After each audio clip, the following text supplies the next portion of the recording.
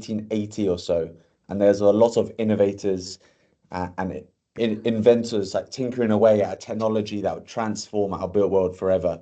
And this room has quite a a famous place in history for being at the precipice of that innovation. Does anyone know what is significant about this room?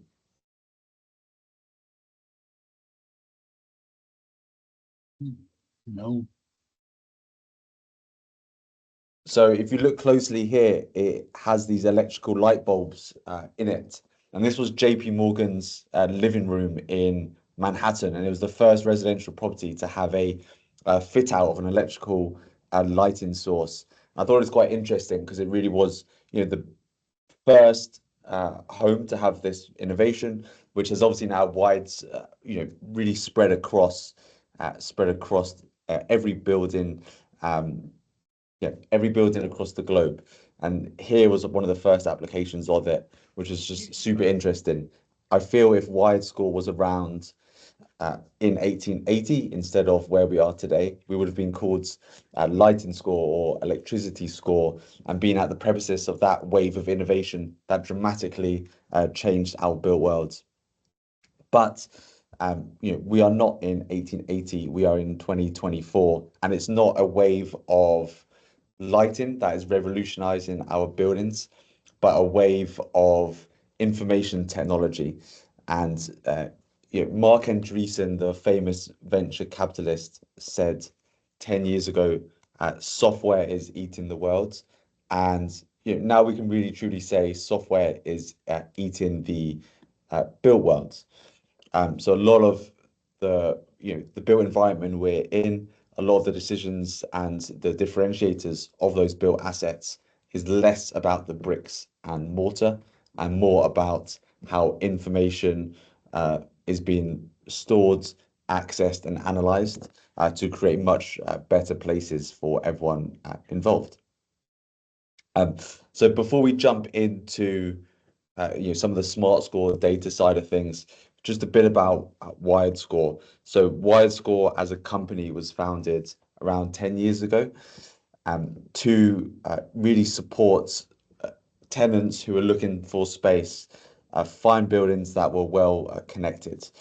This was through a joint initiative with then Mayor Bloomberg of New York City. And we came up with the certification as a way that those tenants could identify well-connected assets. Since then, there's now 6,000 assets globally that are under WiredScore certification, and that's across the Middle East, Europe, Americas, and recently, excitingly, on Friday, now India. And around 3 years ago, that client base of well-connected buildings was really struggling with the term smart buildings.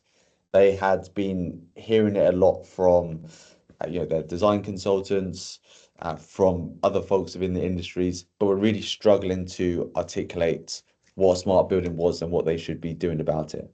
So they came to us and asked us to form another certification, but looking at the smart building space. And that was the genesis of SmartScore, the smart building certification, which is run by WiredScore. Currently, around a tenth of WiredScore assets are SmartScore assets, and we're seeing that number grow year on year as the rate of adoption of smart building technologies continues to increase. Interestingly, I asked ChatGPT to create the image for this slide to represent software eating the world using a cat and mouse. And this was the image it created. And I thought it was actually pretty good and good enough to use in the presentation.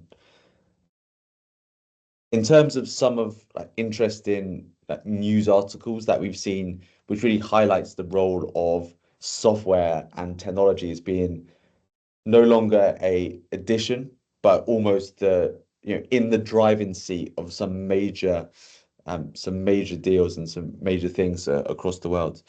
The first one that I found really interesting was Palantir, which is a large software analytics company with a lot of AI technologies. Won a US Army contract to create, a location and targeting system. And it was the first time a software company has actually won such a large contract. And the army really saw the software as the differentiator within their defense, as opposed to historically what has been the hardware. So it's no longer so much about the vehicles, which are the differentiators, but more about the software, which is informing when to deploy things, how to deploy things. I also thought was a really interesting case study. And the other case study, more close to home, Yardi, the property management software, actually then became the majority owner of WeWork. So again, seeing that role of software no longer as an additional layer within our world, but almost within the driving seat. The software has been the primary entry point into many significant things that are happening across industries, and our built world is no different.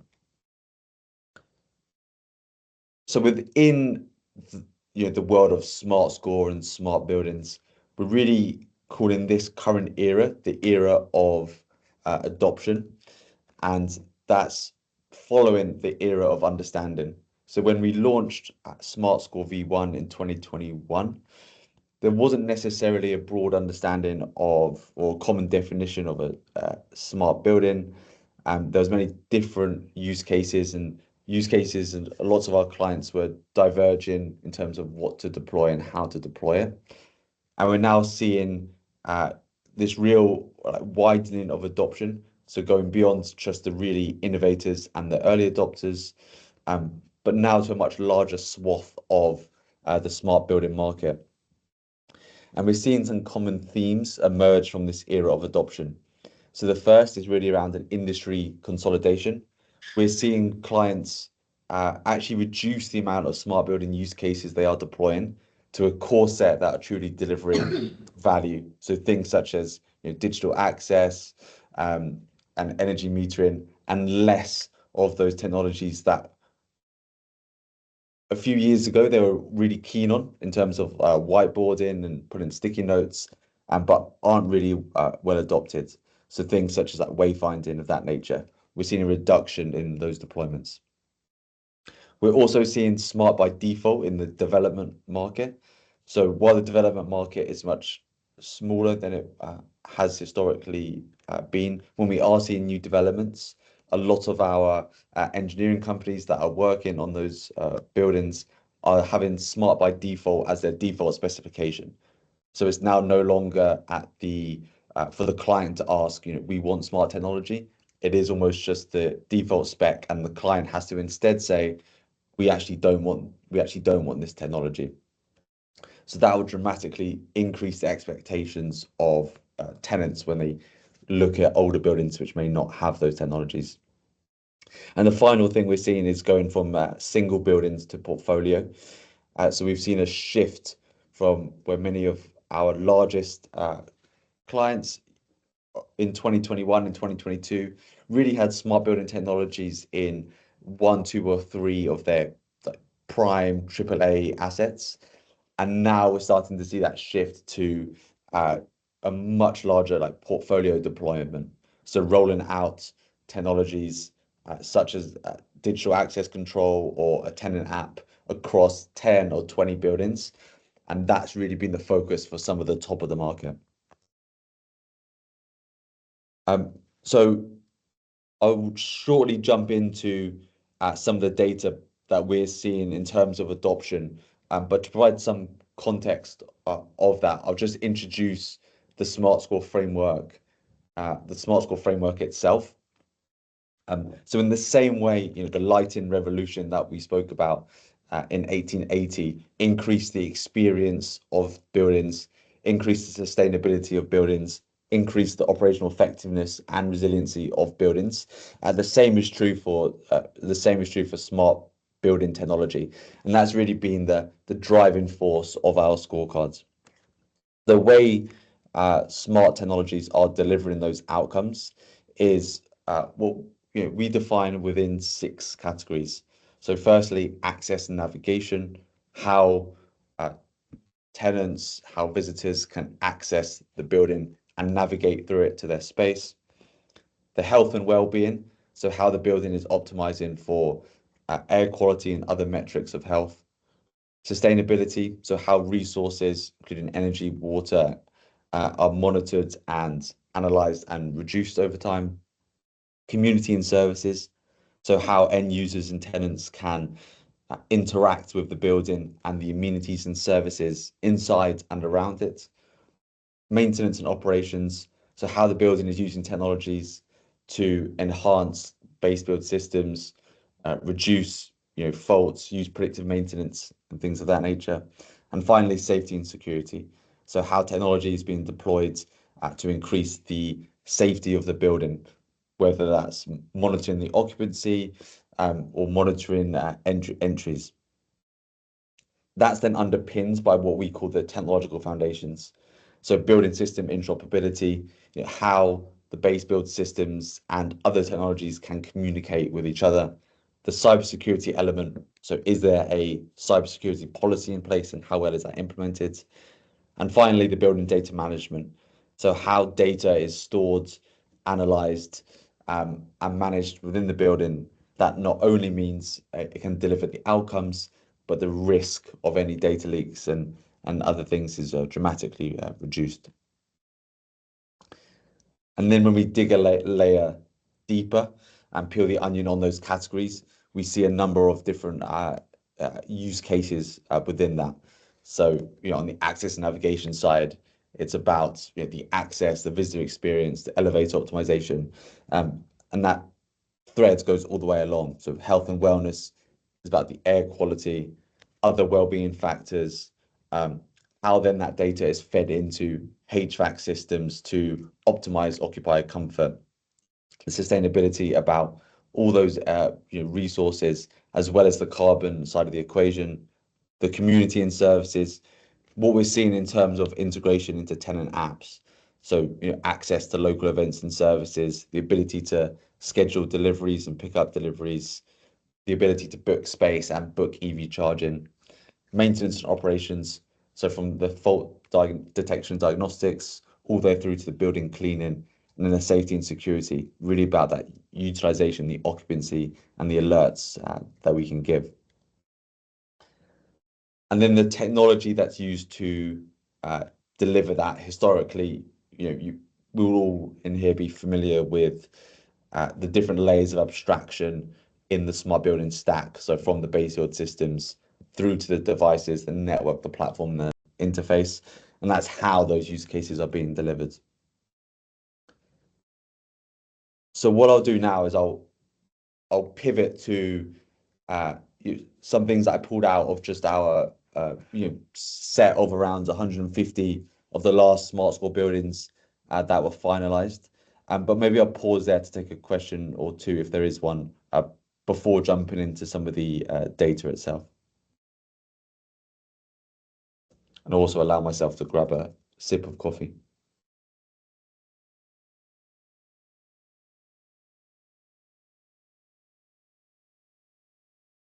So we'll jump into what we're seeing in terms of being deployed where. So what we're looking at here at this graph is from top to bottom, all those different use cases and the level of maturity they are being deployed at across the last 150 live buildings. So this bar at the top represents the deeper green is much more mature solutions, and the red, purple, yellow is much less mature and less commonly implemented. So to take an example, building access, where it has a much larger green bucket, we're seeing that as the percentage of those deployments that had a highly mature solution in relation to building access. So by highly mature in the context of building access, that is through an application or background on the phone and not with a card reader. So we're seeing that use case begin widely adopted across the majority of our buildings. Other use cases that we're seeing be much more common and highly mature is in relation to some of those access and navigation use cases. So things such as lift optimization, so destination lift dispatch, we're seeing that widely deployed in new developments and also retrofitted into older buildings. We're also seeing a highly maturity in relation to the energy side of the equation, with a lot of landlords now focused on increasing the granularity of their energy metering and sub-metering in the building, and using analytics to analyze that to HVAC analytics and use cases of that nature to reduce the energy consumption of the built world. And that's really at the top end of the market. The top end of deployments. And at the bottom end of deployments, what we're increasingly seeing less and less is anything that's really using location services. So things such as the ability to find someone else in the building, or the ability to use wayfinding within the building, things that use that kind of data. We saw in 2021, 2022, but we're seeing them less and less across most markets. Equally, things that where we've seen also less deployment is anything related to the ability to monitor carbon, that's operational carbon and embodied carbon. But we're seeing hints of that increasing in its deployments. So that's on the lower end of the market. When we begin to look then across, across regions, we're seeing Asia Pacific, so Singapore, Hong Kong, those regions be really at the forefront of deployments across most use cases. So when we're looking here at access and navigation, we can see the breakdown of different regions across those different use cases. So we're seeing here, close to 100% of buildings within APAC that we've certified have that lift optimization technologies in place. And they are really leading the market across most use cases. So within access and navigation, we mentioned the lifts and the building access. They're the really highly mature and well deployed solutions, closely followed by the visitor arrival. So the ability to not only get in the building yourself as a tenant, but the ability to register a guest and allow them to have a digital credential to access the building. And then the location services we're seeing far less deployed, but where we are seeing that deployed, that has been the Middle East has led that due to some of the scale of their buildings. When we look at their health and well-being elements, again, it's interesting to see APAC be a clear leader in some of these use cases. So regions that are deploying indoor air quality monitoring, APAC is, again, the majority of their buildings, whereas other regions, the Middle East and growth markets, Europe and North America, it's still just shy of 50% in most cases. When we look about occupier comfort control, it's really about integrating that air quality data and giving occupiers the choice about how they can increase the airflow or other factors that increase the comfort of their space. And we're beginning to see that deployed now in the majority of our certified building. Interestingly, and contrary to air quality, APAC is actually much less deployed here. So from a HVAC controls point of view, we're seeing APAC buildings really not focused on giving occupiers control, but really focus on just creating healthy and great buildings using their air quality data. As well as what we're seeing much less deployed is other well-being factors. So whether, such as noise pollution or light pollution, those kind of metrics, we're just not seeing deployed across regions. So just around a third of buildings are beginning to incorporate some of those other factors. On the sustainability front is where we begin to see more trend into larger deployments. So energy reporting again is the is the big one across regions. Uh, APAC, close to like 80% of their buildings have granular energy metering and sub-metering at a floor by floor level or greater. Whereas on the flip side, anything to do with carbon footprint or beginning to quantify the emissions within the buildings, it's still relatively rare. So a fifth um, across regions are doing those kind of technologies. And that's where a lot of the innovation is happening, but we're just not seeing it widely deployed at the moment. With water metering somewhere in the middle, around like 50% on average, uh, having water metering and water sub-metering and things such as leak detection much less deployed. And then when we think about tenant applications, which is how the application you have on your phone and how you can interact with the building, his some of the use cases within those building within that application are like local services. So the ability to book anything in and around the building. That's been the most widely adopted use case on tenant apps. So the tenant app for our building in London, you can book dry cleaning on it and things of that nature. So a variety of different local services. Um, amenity booking. Now we're speaking about things like inside the building, so like rooms and things of that nature, is also just over the majority of SmartScore buildings have that technology. The ability to book EV charging is far less deployed in the Middle East and Europe, but we're beginning to see the majority of buildings, if they have EV charging in the building, the ability to integrate booking of the EV charging solution onto the tenant app. And then finally, delivery services far less deployed, around a quarter of buildings are providing that, apart from Europe, where it's near 50. So the ability to, you know, access your order things to the office and begin to track it on the tenant application.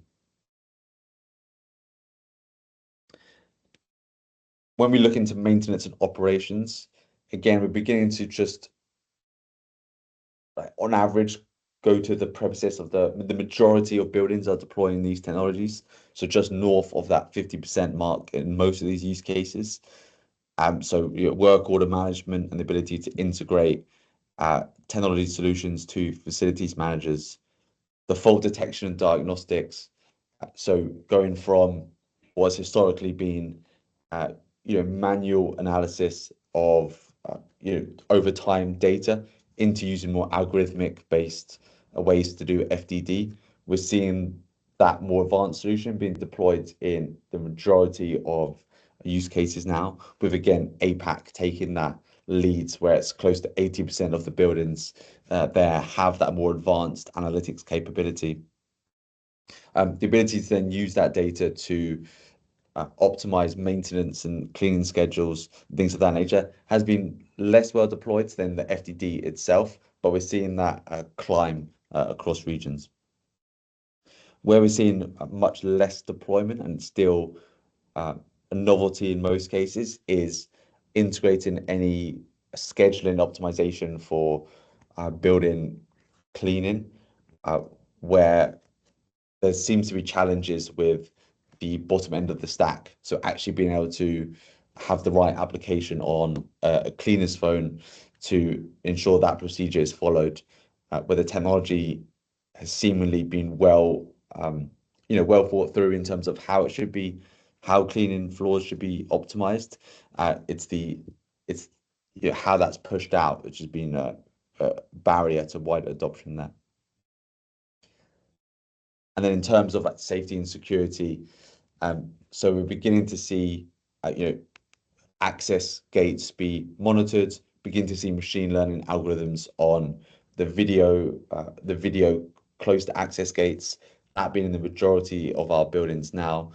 And just coming up to the 50% mark is anything related to occupancy analytics and you utilizing, understanding who is in the space, what they're there for, and using that as a real safety measure. we're seeing that increase, but at the moment it's just shy of that 50% mark. I'll pause there for any questions in relation to what we're seeing in terms of what's being deployed.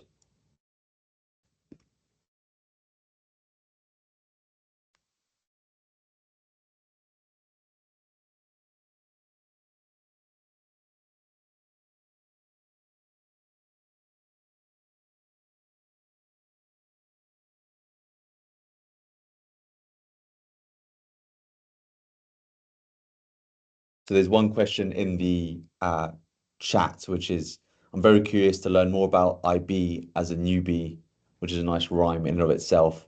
Where do I get started? Can I confirm IB is intelligent buildings?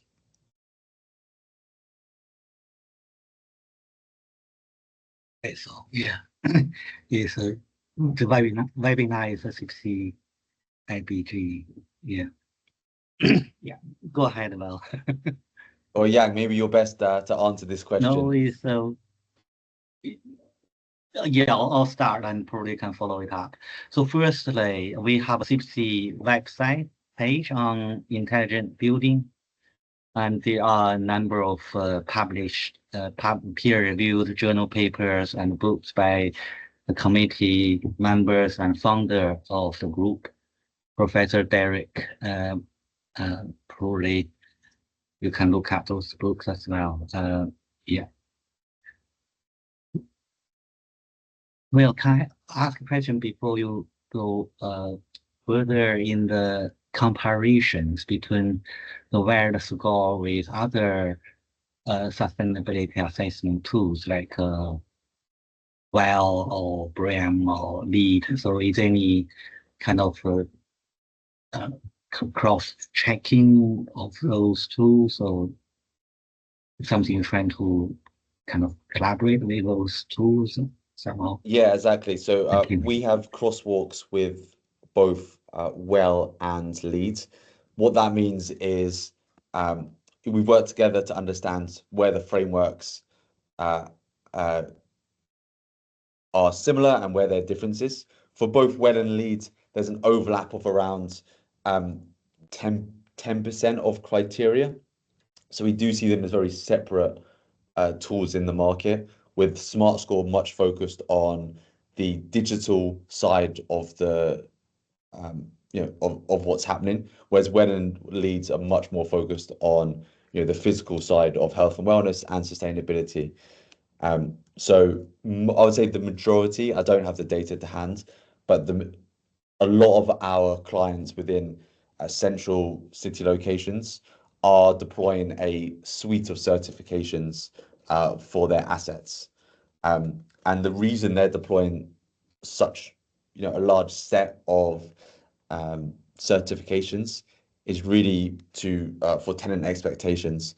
So we're seeing the tenant market begin to be much more mature in relation to factors such as sustainability, such as health and wellness, and increasingly now technology, despite the fact that it's quite hard to articulate. So where we're seeing a lot of barriers is with not so much barriers, but where there's a challenge in the conversation is on the leasing side and setting up occupiers as they go into new spaces.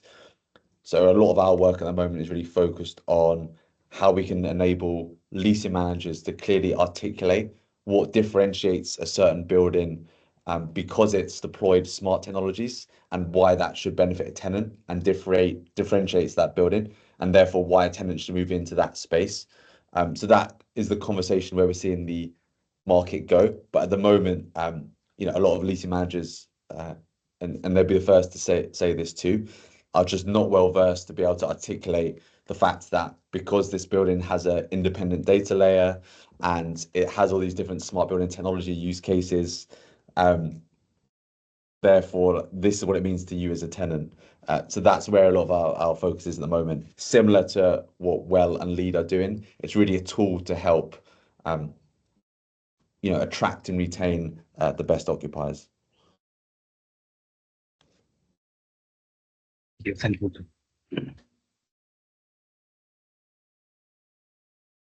And just to follow up with Abdul, maybe I'll just give a quick, Derek has some fantastic books. Maybe just a quick plug. If you Google WiredScore and SmartScore 2, there's a introduction into SmartScore, which provides also some useful references about smart buildings. But the way I like to think about it, almost if I was a newbie, is almost twofold. On the one hand, it's about the different functionalities that you can do through technology. So whether that's access a building, let a visitor come in, have good air quality, that's one side of the equation. And the other side of the equation is the technologies in place. And when we see the technologies in place, they're often referred to as different layers of abstraction, which go from the physical world all the way through to the digital world. So at the bottom of the stack is those base builds systems, the HVAC, the lighting, the layer up devices, so the Internet of Things devices, both sensors, which translate things in the physical world into digital signals, and actuators, which is the inverse, translating digital signals into impact in the built world. Through to the network layer, how all those sensors communicate with each other, up into the platform, so how all the data is stored and managed in a central location, often in the cloud, through to the different softwares that using that data to create and inform decisions, up to the interfaces. So how me as an end user or me as an occupier or operator can visualize that data and input and output things that I want to do. So there's another question in the chat, which is what kind of lift optimization technologies are you seeing? Are these directly by the lift vendors in the smart building or the smart building software suppliers? So I would say for in all new developments, it's directly by the lift manufacturer that are having those that smart building use case deployed within the base build system. But we have seen some retrofitting of and sorry, my mind's gone, but we are seeing some retrofitting of lift optimization by smart building software suppliers. So the ability to just select your floor and then the lift is optimized to bring you to that floor. We've seen retrofitted into some older buildings. So one building that I'll note as a good case study here is a famous building, 101 Collins in Australia, which was built in 1980s, and they've retrofitted that smart building lift optimization technology into their existing lifts. So I'd say while the majority of deployments have been with the lift manufacturer, we are seeing just some which sit outside of that.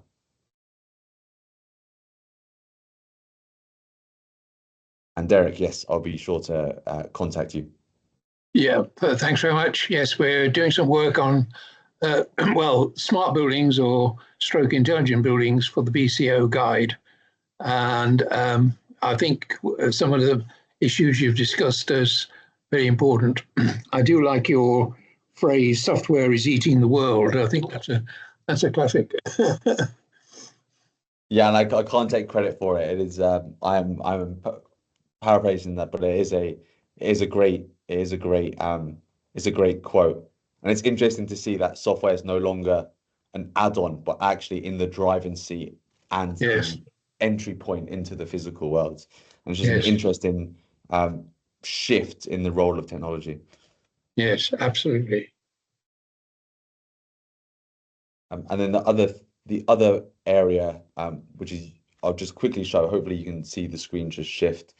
Is and we can speak about this more, Derek, for the BCO work. Is the SmartScore best practice guide, which kind of digs much deeper into those use cases that I mentioned, into the specific functionalities and how we measure them within buildings. Sure. So on the follow-up, Derek will be sure to run through this also. Okay, good.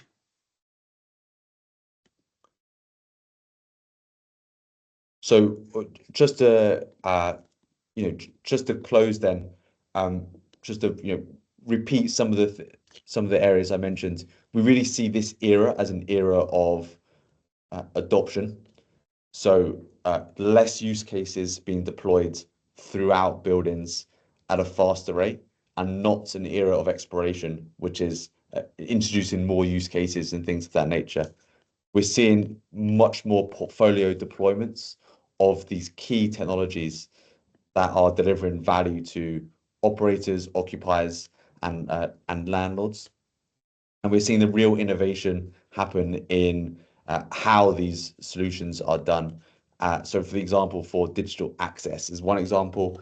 We're seeing the same use case, so being able to enter the building using your mobile, but a lot of innovation happening in just making the latency far less. So not even using an app, but using background communication and innovation really in the how. And that's what we're seeing. So I can close there.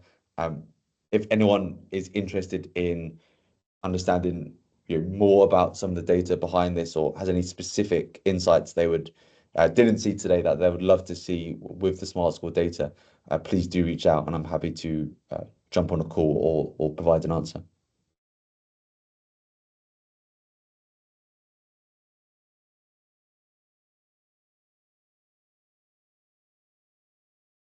Any questions, any kind of comments, or any kind of interesting point you'd like to discuss? Just feel free to type in the chat area, or you can just speak, turn on your mic. Well, can I ask you another challenging question? There are quite a few kind of similar kind of intelligent building, smart building assessment criteria. So SmartScore is one of them. So can you tell us, share a bit of more of what you think? Personally, I think it's useful, definitely is needed. But what is the challenges you're facing to improve your kind of scheme, or how do you compare with others? What is current situation in this domain? Yeah. So I would say there's a number of smart building certifications. Yeah. Broadly, I would say like at a global level, the advantage that we have within SmartScore is the existing base of WiredScore certified projects, which differentiates us in terms of our existing reach, which allows us to be able to quickly deploy the certification at scale. And I'd say what's differentiated about SmartScore relative to some of those other smart building certifications is our standard was co-authored by a smart council, which was our WiredScore clients and some of our accredited professionals in the consultancy space. So it's really defined by the industry for the industry. But I would say the biggest challenge that us as an industry is facing right now is the evolution to performance. So at the moment we're a design-based standard. So we look at design components, we review evidence, but we really check if the solution is there. Over the next 10 years, I imagine a lot of the how we measure the performance of the building will shift, and design-based standards will need to evolve with that shift to performance monitoring. So less about monitoring what use cases are in place, but more about monitoring the actual outcome, the experience that those buildings are delivering. And that's just an interesting space to be in. But at the moment, landlords are still seeing tremendous value in a design-based certification. So it's just interesting to explore over the next few years if a performance-based certification will take off, and how we will need to evolve to meet that, if at all. These digital technologies could be a key for performance-based post-occupancy evaluations and long-term. It's also kind of in the commissioning kind of procedure, isn't it? So in the future, so carbon reduction, EPC or discrepancies, these specs, for example, is quite important. Exactly. And Europe, there's the European EU directives, it's all EPC based on currently kind of shifting, as you mentioned, from design stage to performance based and kind of people centered performance kind of evaluations. I don't know if you know there's EU initiatives on smart readiness. They're looking at look like possibly is quite big industrial kind of movement around that. I'm happy to share with you if you're interested to learn more. And we learn quite a lot from your presentation as well. I don't think they quite interesting to identify future collaborations. We're seeing a lot of innovation in the regulatory space, so both in Europe with the Smart Readiness Indicator, and more locally, right? So where I am in New York at the moment, there's local law 97, which is beginning to mandate a lot of energy monitoring technologies in buildings, and that regulatory push is accelerating the adoption of these technologies. So we see the Smart Readiness Indicator as an accelerator for SmartScore in many ways, where a lot of the technologies we are specified within SmartScore would be needed to meet SRI compliance. So it's a super interesting space where a lot in the carbon and sustainability worlds, where a lot of the regulation at the moment is driving a lot of innovation, and will only increase the rate of technology adoption. I think in Biden's in the Inflation Reduction Act bill, there's, I don't know, butcher the number, but there's multi-millions of that bill designated to reducing energy consumption in homes and offices. So it's really powerful from top down position. Usually everything is based on design, not based on real performance. It's really stenciled innovations, how to test which one is really working well, not only to get better design status goals. Yeah, but at the moment, we strongly believe in, and landlords also believe, that design-based certifications are a powerful agent for change. So ensuring, what's quite powerful about it is if a landlord says, I want a platinum building or I want a gold building, that really prevents a lot of things being taken out of specification in value engineering, because someone will ask, why are we doing this? It'd be cheaper if we didn't. And the answer is, well, we need to have a gold building. So there's a lot of the worlds where shrinking everything down into a rating becomes a really powerful way at just impacting change, both within the construction and the operations of buildings.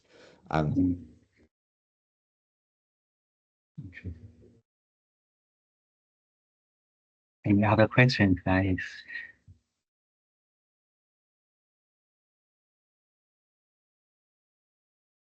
So if there's a LinkedIn page for intelligent buildings, and we are also in the committee or the group. So if you're interested to get in touch with us, please feel free to log in on the LinkedIn intelligent building page. So I'll just post the link in the chat area. If you're not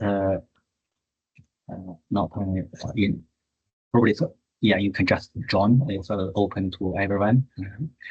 feel free to get in touch if you're interested in any topics, or you would like to present, or you want to hear or see in any interesting topics. Please let us know. Okay, thank you. Thank you, Will. Really appreciate it. Thank you, everyone, for listening. Have a wonderful rest of your day. Bye-bye.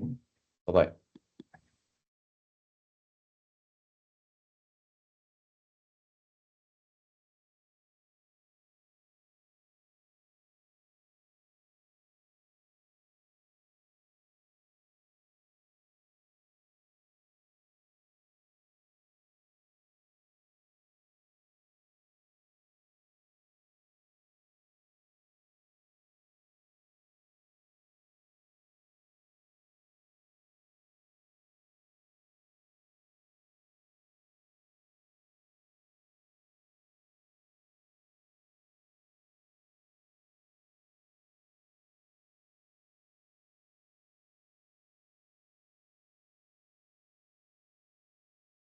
Still good eye. Okay, bye-bye. You're on mute, but it's Have you stopped recording? oh yeah. Okay. Okay, then.